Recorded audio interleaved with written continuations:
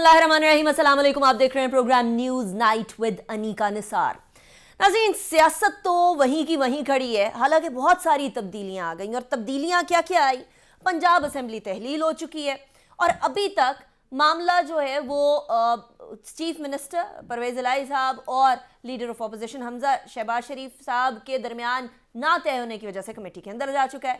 KP के assembly आज तहलील हो गई और साथ ही साथ वफाक के अंदर भी एक अजीब मसला है। तो मैं इसलिए कह रही हूं कि सियासत तब्दील नहीं हुई, क्योंकि पिछले चंद महीनों से हमें सियासत सिर्फ और सिर्फ इंतशार और एक इब्हाम की कैफियत में नजर आ रही है। वो कैफियत तब्दील नहीं हुई। हाँ, मामलात जरूर इस सेंस में तब्दील हो रहे हैं कि हर पार्टी, हर जमात अपना पत्ता फेंकती है और फिर दूसरे के पत्ता फेंकने का इंतजार करती है। इस टाइम पर केपी के असेंबली के इंतखाबात भी होंगे, अब पंजाब असेंबली के इंतखाबात भी होंगे और वो 33 नशिस्तें जो कि नेशनल असेंबली की हैं उनके अंदर भी इंतखाबात होंगे। तो ये तमाम के तमाम इंतखाबात जब होंगे तो उसके बाद की सूरत हाल क्या डेवलप होगी, ये भी एक इंटरेस्टिंग मैटर होगा। इस वक्त हमारे पास जो 15 दिसंबर 2022 को शाह महमूद कुरैशी साहब ने स्पीकर को इस्तीफों के हवाले से तस्दीक करने के लिए ख़त लिखा था, उसके बाद इस्तीफों की तस्दीक के लिए वक्त भी मांगा गया था। फिर 22 दिसंबर 2022 को स्पीकर कौमी असेंबली ने ख़त का जवाब दिया था। राजा परवेज़ अशरफ साहब ने कहा था कि पाकिस्तान तहरीक इंसाफ के अरकान कौमी असेंबली को इस्तीफ़ों की तस्दीक के लिए बुला लिया जाएगा।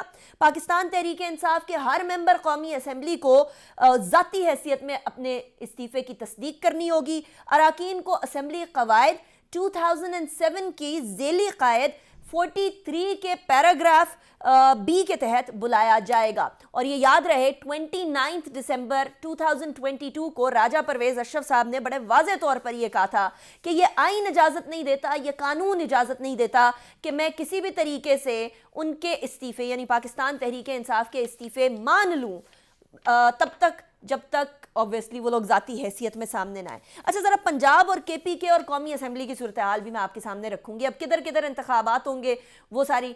कौमी असेंबली की 33 नशस्तें हैं, जैसे मैंने पहले भी कहा। पंजाब असेंबली की कुल तादाद नशस्तों की 371 है, जिसके अंदर से 297 नशस्तें जो हैं वो जनरल नशस्तें हैं, इनके ऊपर इलेक्शन होगा, बाकी सारी रिजर्व नशस्तें हैं। फिर केपी के असेंबली है, केपी के असेंबली की कुल तादाद 145 मेंबर्स की है। इसके अंदर से जनरल इलेक्शंस या इलेक्शंस ऑब्वियसली जनरल नशस्तों पे होंगे, तो इलेक्शंस होंगे 115 नशस्तों के ऊपर। सो ये सूरत हाल है। आधे पाकिस्तान में इंतखाबात होंगे, आधे पाकिस्तान में इंतखाबात नहीं होंगे। और यही वो कैफियत है जिसकी वजह से पाकिस्तान के अंदर एक और इब्हाम पैदा हो रहा है कि सियासत किस सिमत में जा रही है। सोने पे सुहागा ये कि पाकिस्तान की सिक्योरिटी सिचुएशन ईस्टर्न और वेस्टर्न बॉर्डर दोनों से ही इस टाइम पर कशीदा है।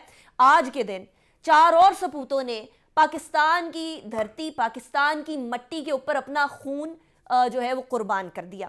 ये शहादतें रोज हमारी अफवाज दे रही हैं। आए रोज कोई ना कोई दहशतगर्दी का वाकया हो रहा है और ये दहशतगर्द हमारे सियासतदानों की गैर संजीदगी का पूरा पूरा फायदा उठा रहे हैं। इसके साथ पाकिस्तान के माशी मामलात भी ठीक नहीं है। वर्ल्ड बैंक ने भी 2 लोन्स आज जो है वो फिलहाल के लिए मना कर दी हैं। IMF के साथ वैसे ही हमारी कशीदगी चल रही है। होने क्या जा रहा है? ये बड़ा गदला और बड़ा धुंधला सा फ्यूचर नजर आ रहा है। Light at the end of the tunnel है या नहीं, इस बारे में बात करेंगे। मेरे साथ जो मेहमानान मौजूद होंगे मैं उनका तारुफ करवा दूं। हमारे साथ रफ़ीक रजवाना साहब हैं, फॉर्मर गवर्नर पंजाब हैं और साथ ही साथ PMLN के सीनियर रहनुमा और मारूफ कानूनदान भी हैं। बहुत शुक्रिया रजवाना साहब, आपने हमें ज्वाइन किया। एजाजुल हक साहब हमारे साथ मौजूद हैं, PMLZ के प्रेसिडेंट भी हैं, किसी तारुफ के मोहताज नहीं है, बड़ी दो टोक गुफ्तगू करते हैं। एजाजुल हक साहब बहुत शुक्रिया। एंड ऑफ द शो के अंदर हमारे साथ वासिक क़य्यूम अब्बासी भी होंगे जो कि डिप्टी स्पीकर पंजाब असेंबली थे, अब ऑब्वियसली वो असेंबली तहलील हो गई। कामरान यूसुफ भी होंगे, he is a season journalist. लेकिन सबसे पहले एजाजुल हक साहब, मैं आपकी तरफ आऊँगी। इतने सारे मसाइल के भंवर में घिरा पाकिस्तान अपनी लीडरशिप की तरफ देख रहा है और लीडरशिप इस मामले में मसरूफ़ है कि कैसे दूसरे को चित किया जाए। बिस्मिल्लाहिर्रहमानिर्रहीम। देखिए, आपने बहुत सही बात किया। मेरे ख्याल में इससे सब एग्री करेंगे कि इस वक्त जो मुल्क के मसाइल हैं, मैंने माजी के अंदर इतने ऐसे मसाइल नहीं देखे। मैं 1990 से लेकर और अब तक पाकिस्तान की पॉलिटिक्स को बड़े करीब से देख रहा हूँ और हकीकत की बात यह है कि पहली दफ़ा एक मायूसी देखने में आ रही है। हमने रिजवाना साहब यहाँ बैठे हुए हैं, मैं इनका बड़ी इनकी इज्जत करता हूँ, मेरे दोस्त भी हैं। देखें, 90s के अंदर भी हमारी मईशत की हालत कोई इतनी अच्छी नहीं थी। बार बार असेंबलियां तहलील हो रही थी। 2.5 साल के बाद कभी 500 मिलियन पे रिजर्व आ जाते थे, कभी 1 अरब पे चले जाते थे। इसी चक्कर में हम रहते थे। फिर 98 में हुआ, आपने देखा कि हमने न्यूक्लियर धमाका किया। उसके बाद तो फिर बिल्कुल ही खदशात और सैंक्शंस और ये और वो, बड़ी मुश्किलात का सामना करना पड़ा। और मैं चंद एक अपने PMLN के जो कोलीग्स हैं उनके साथ मुझे भेजा गया कि कर्ज उतारो मुल्क संवारो स्कीम के लिए, और हम पूरे GCC के अंदर यानी गल्फ कंट्रीज के अंदर हमने एक टूर किया। राइट। ये हाल था कि पाकिस्तान की मईशत रेड लाइन से नीचे आ चुकी थी, लेकिन लोगों का जज्बा जो था ना वो आसमान पे था। लोगों की मोहब्बत, लोगों का जज्बा, जो हमारे बिजनेसमैन थे उनका जज्बा, यानी कि वो ऐसा था कि आप देखकर आपको एक नया जज्बा, जैसे कि 65 की जंग में था या 71 की जंग में जो लोगों के अंदर जज्बा था, वो जज्बा एक दफा देखने में आया। लोगों ने हर चीज अपनी कुर्बान की और हमें दी। ये पहली मर्तबा ऐसा हो रहा है जो कि देखने में आ रहा है कि हमारे बिजनेसमैन और हमारे सियासतदान, हमारी अवाम एक मायूसी की तरफ जा रही है। वो राइट। क्योंकि हमारी एक्सपोर्ट्स गिर चुकी हैं, हमारे यहाँ रेमिटेंसेस बहुत कम आ रही हैं, हमारे रिजर्व्स जो हैं वो तकरीबन रेड लाइन के करीब करीब आ चुके हैं, बल्कि उससे नीचे जा चुके हैं। हमारे रिजर्व्स अब वो हैं जो कि दूसरे ममालिक के पैसे हमारे नहीं पास नहीं, रखे हुए हैं जो हम खर्च नहीं सकते। इजाजुल हक साहब, तो, I am sorry I am cutting you short, but this is a very important point, specially considering कि पाकिस्तान मुस्लिम लीग नून ने ये बात कही थी रजवाना साहब कि हम आएंगे, मईशत बचाएंगे और मुल्क को संवारेंगे। अनफॉर्चुनेटली हुआ ये कि पिछले 9 महीने के अंदर ये जो सियासी उतार चढ़ाव पाकिस्तान ने देखा है, इसके बाद लोग, जिसकी तरफ राइटली पॉइंट आउट कर रहे हैं इजाजुल हक साहब, के लोग मायूसी की तरफ चले गए। और मायूसी है तो कुफर, लेकिन ये नॉर्म बन गया पाकिस्तान के अंदर। इस टाइम पर हर शख्स, चाहे वो बिजनेसमैन हो, चाहे वो स्टूडेंट हो, चाहे वो आम आदमी हो, वो किसी सियासी जमात पर ट्रस्ट करने को तैयार नहीं है, और स्पेशली हुकूमत के ऊपर तो बिल्कुल भी एतबार करने को तैयार नहीं है। ऐसी सूरत हाल में मिलकर बैठना तो नागुज़ीर है रजवाना साहब।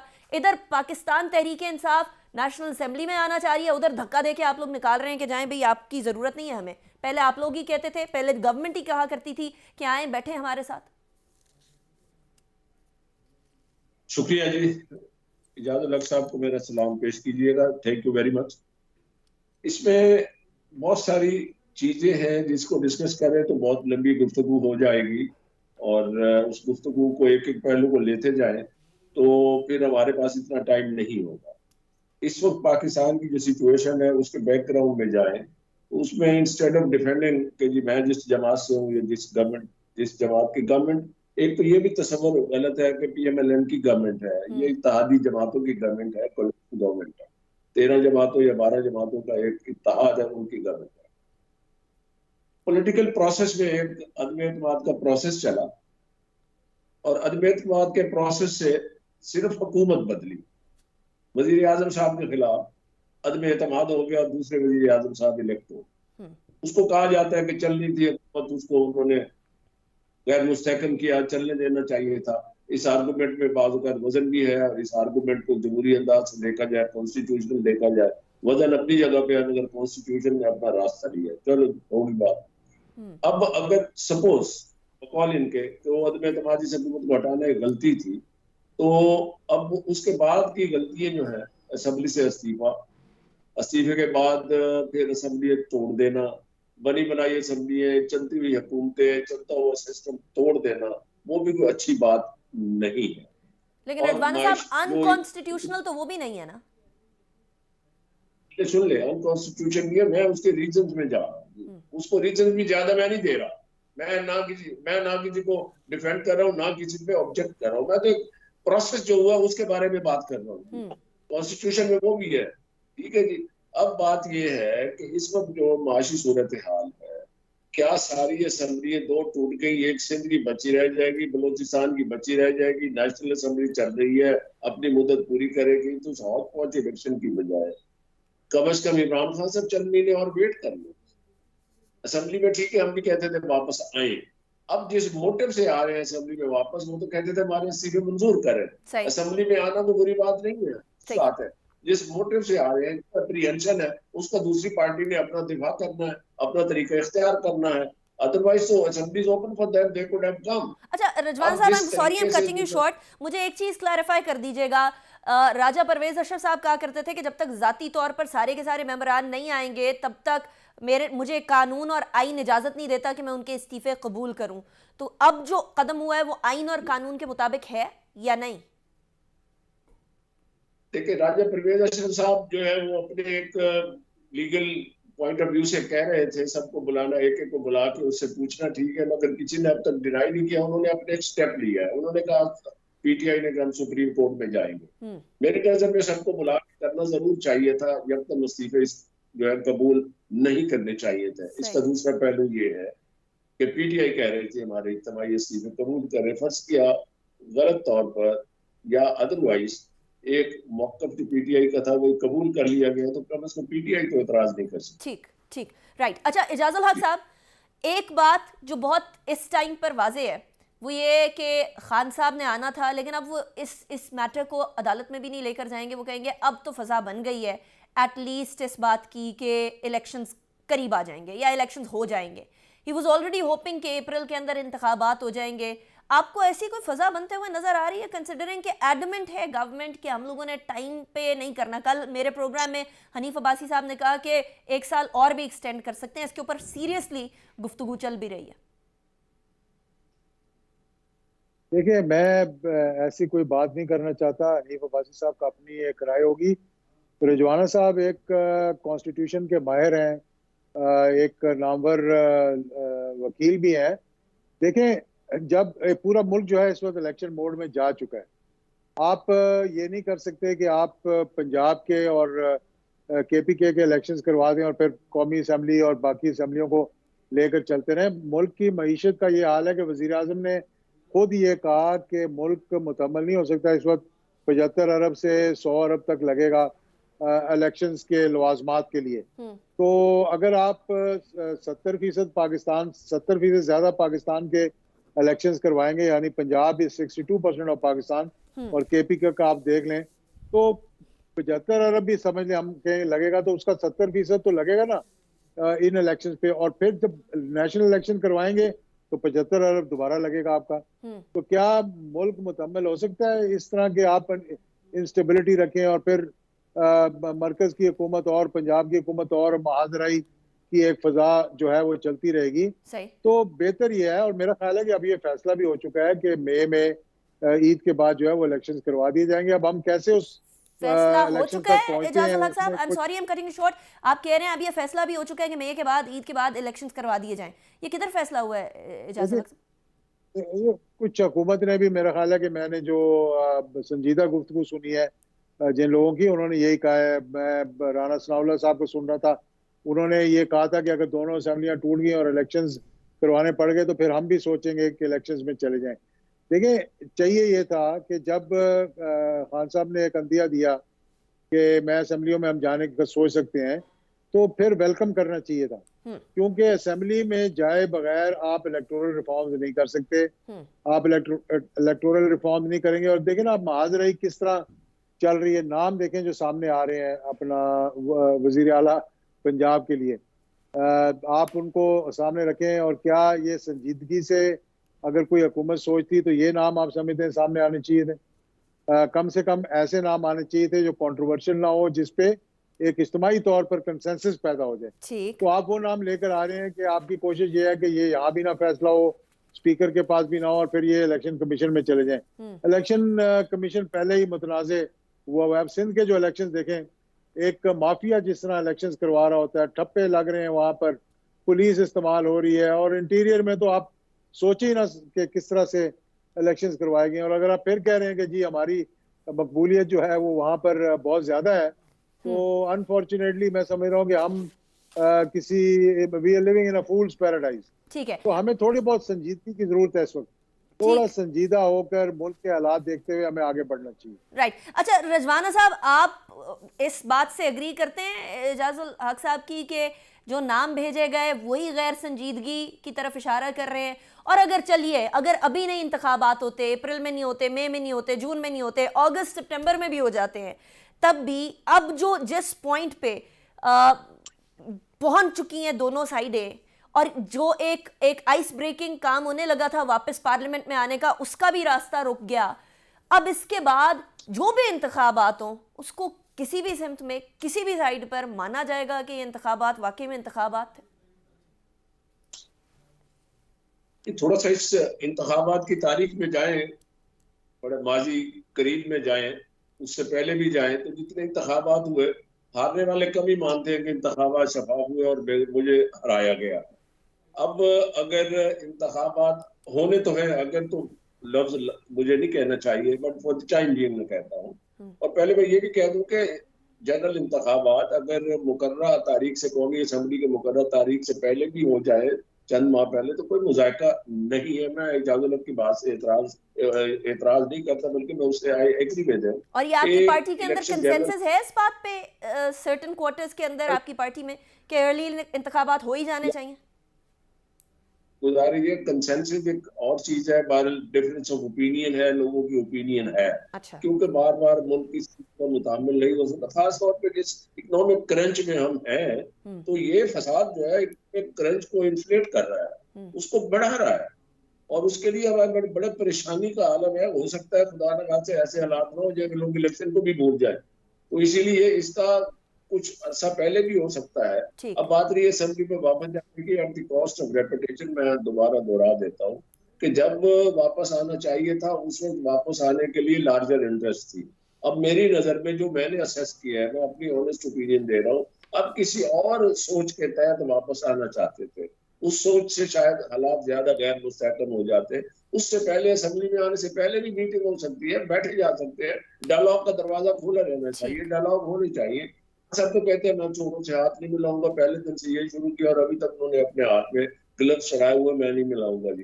खान साहब को भी मेरी गुजारिश होगी, थोड़ी भी पैदा करें। आप एक लीडर है, आपकी अपनी पॉपुलैरिटी है, आपके अपने इलेक्टेड आदमी है, और आपकी तो गवर्नमेंट अभी आपने डिसॉल्व कराई है सब, तो आपकी जो है के तरह में आए, आप बैठ के डायलॉग करें, कोई रास्ता निकल सकता है। इस वक्त पाकिस्तान की प्रायोरिटी जो है वो फिक्स की जाए। अच्छा रफीक रजवाना साहब, वो सारी की सारी प्रायोरिटीज इस टाइम पे हेवार नजर आ रही हैं unfortunately, but thank you very much Ejazul Haq साहब, आपका भी बहुत शुक्रिया। अभी ब्रेक की तरफ जाएंगे, उसके बाद वासिक क़य्यूम अब्बासी साहब, कामरान यूसुफ साहब दोनों हमारे साथ मौजूद होंगे, उनसे भी गुफ्तगू करेंगे। मसले का हल तो निकालना है, लेकिन हल अभी नज़र नहीं आ रहा। आफ्टर ब्रेक बात करेंगे।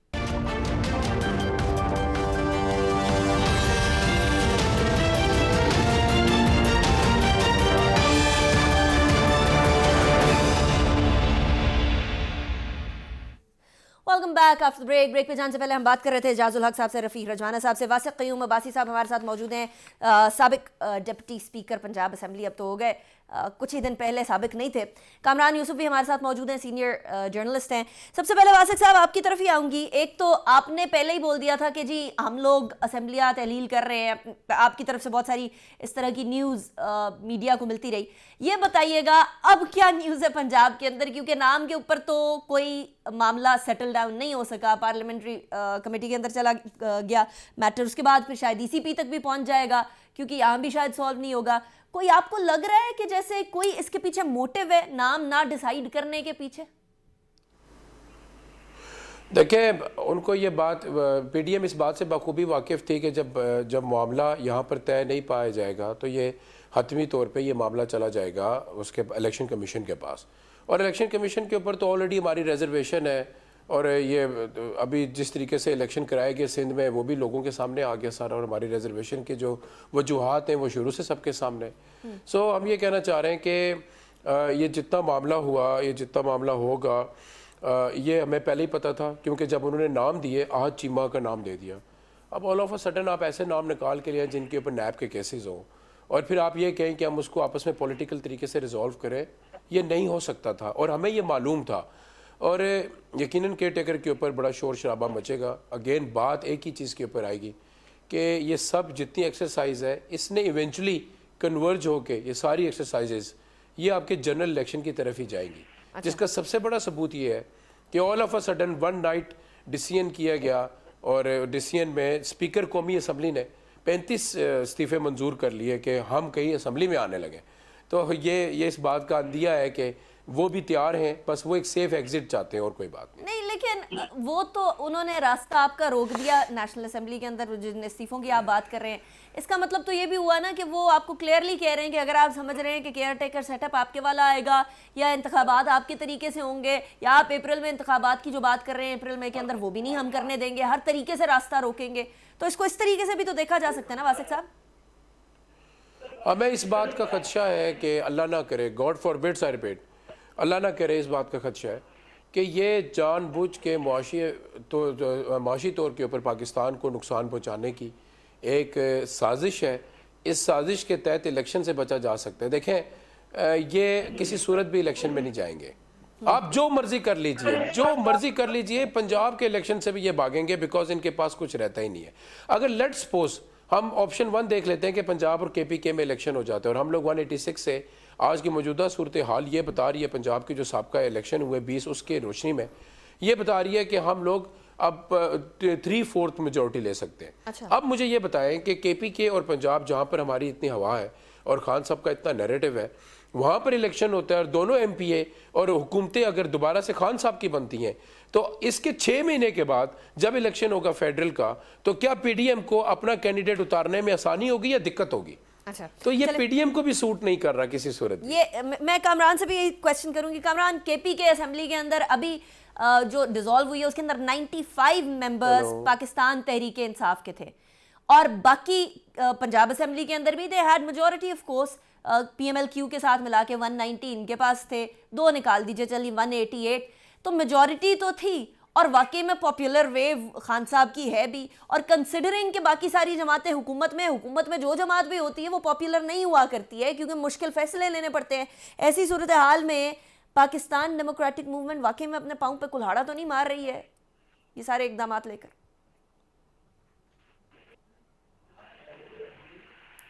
मेरे ख्याल में जो पाकिस्तान डेमोक्रेटिक मूवमेंट है, इन्होंने अपने पाँव पे कुल्हाड़ा उसी दिन मार लिया था, अगर आपको याद हो, जब इन्होंने तहरीक अदम एतमाद के जरिए इमरान खान साहब को हटाया था।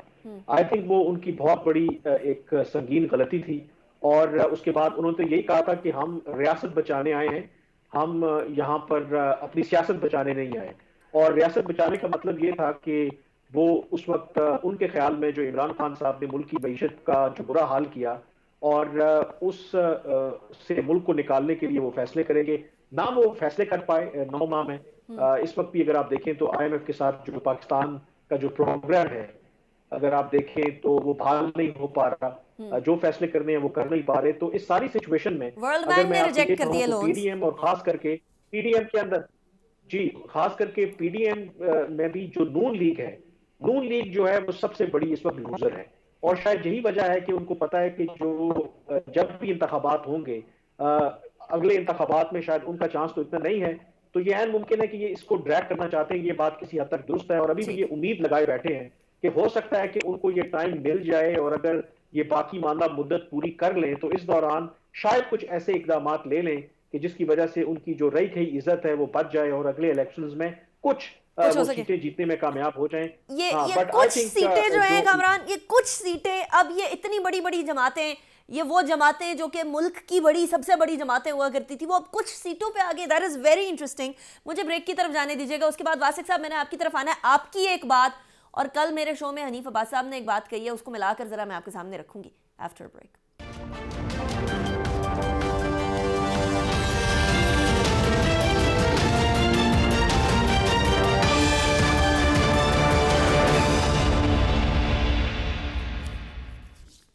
Welcome back after the break. Wasiq साहब, डायरेक्टली आपकी बात और हनीफ अब्बासी साहब की बात को कनेक्ट करने की कोशिश करते हैं। आप कह रहे हैं किसी सूरत के अंदर पाकिस्तान डेमोक्रेटिक मूवमेंट ने इंतखाबात की तरफ नहीं जाना because they see their doom and gloom. Hanif Abbasi साहब कहते हैं कि हम लोग तो इस तरह की इकोनॉमिक सिचुएशन में आ गए हैं कि हम वाकई में सोच रहे हैं कि इंतखाबात कराने के लिए भी हमारे पास पैसे हैं या नहीं है, और इंतखाबात कराने की बजाय वो कॉन्स्टिट्यूशनली जो अलाउड है 1 साल की एक्सटेंशन, वो क्यों ना कर ली जाए गवर्नमेंट की। तो बातें तो दोनों मिल रही हैं, लेकिन आपकी पॉपुलैरिटी को हिट करने के लिए एक अच्छा तरीका हो सकता है 11, 12, 13 महीनों में फिर क्या करेंगे अगर इस तरह की सूरत हाल डेवलप हो गई तो?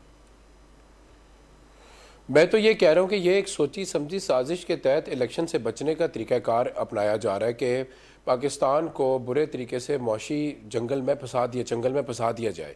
अब आप मुझे बताएं ना कि ये कहाँ का मंतक है कि 8 महीने से गवर्नमेंट है और हमसे मईशत ठीक नहीं हो सकी, जबकि इनको लाने का और कोई मकसद नहीं था। ये जैसे ही गवर्नमेंट में आए तो सिर्फ एक ही बात की गई कि मईशत बड़ी ख़राब है और हमने ये 13 पार्टियों के 13 सूरमा इकट्ठे कर लिए और ये पाकिस्तान की मईशत को ठीक करेंगे।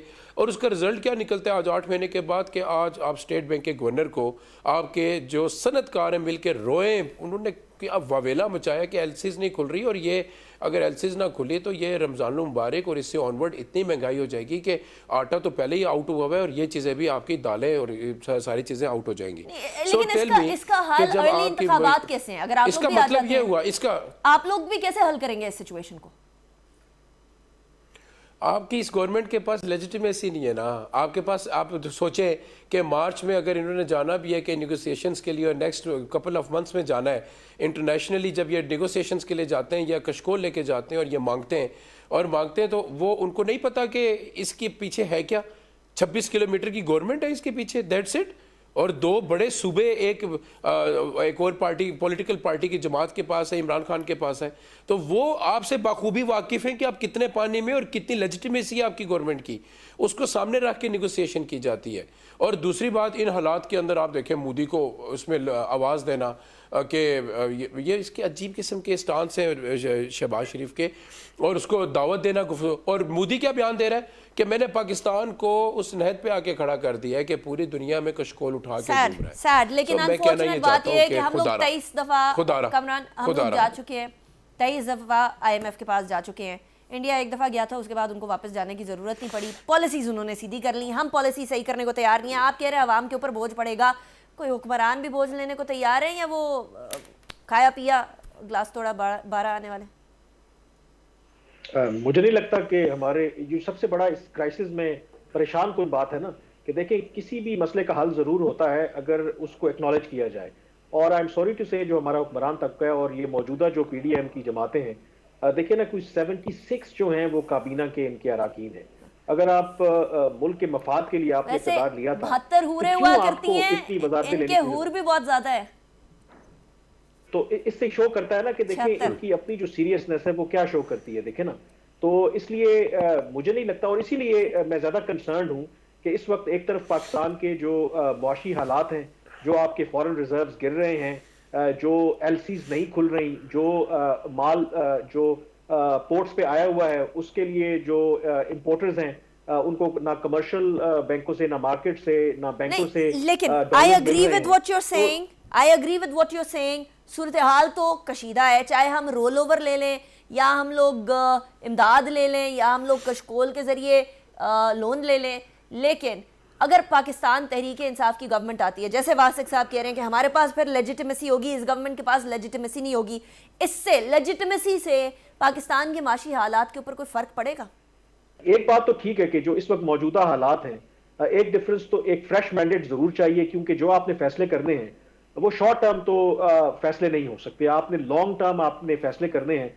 तो उसके लिए बेहतर यही है कि एक फ्रेश मैंडेट के साथ अगर गवर्नमेंट कोई भी आती है, वो तहरीक इंसाफ हो, नून लीग हो, PDM की हुकूमत, तो वो बेहतर है इस सिचुएशन में। और इसका हरगिज मतलब ये नहीं है कि अगर वो जो गवर्नमेंट आएगी तो वो क्राइसिस हल कर लेगी, लेकिन मौजूदा जो सिचुएशन है कर सकेगी, जो उसको मैनेज कर सकेगी। अच्छा वासिक कयूम अब्बासी साहब, वेरी क्विकली, पंजाब के अंदर कौन आ रहा है इलेक्शंस के बाद? हम पक्का। और KPK के अंदर? इसमें क्या दूसरी राय क्या है? और KPK के अंदर हम, फेडरल में भी हम, और फेडरल 35, हम भाई इसके ऊपर कोई दूसरी राय नहीं है। 33 की 33 सीटों के ऊपर बेइज्जत होने जा रहे थे, आज इनको कैंडिडेट नहीं मिला, ये वहां से भाग गए। ये इलेक्शन लड़ेंगे? ये लड़ ही नहीं सकते, ये भाग गए। चले ठीक है, उन्होंने आपको पता चला वो 35 सीटों पे उनको कैंडिडेट ही नहीं मिल रहे। चलें ठीक है, ये बात मैंने आपकी रिकॉर्ड कर ली है। इन इंतखाबात के बाद मैं एक दफ़ा फिर आपको ज़हमत दूंगी। But thank you very much Wasiq Qayyum Abbasi साहब, कामरान यूसुफ साहब, बहुत शुक्रिया, आपने भी ज्वाइन किया। इसी के साथ अनीका निसार को इजाज़त दीजिए, अपना बहुत ख्याल रखिएगा। अल्लाह हाफ़िज़।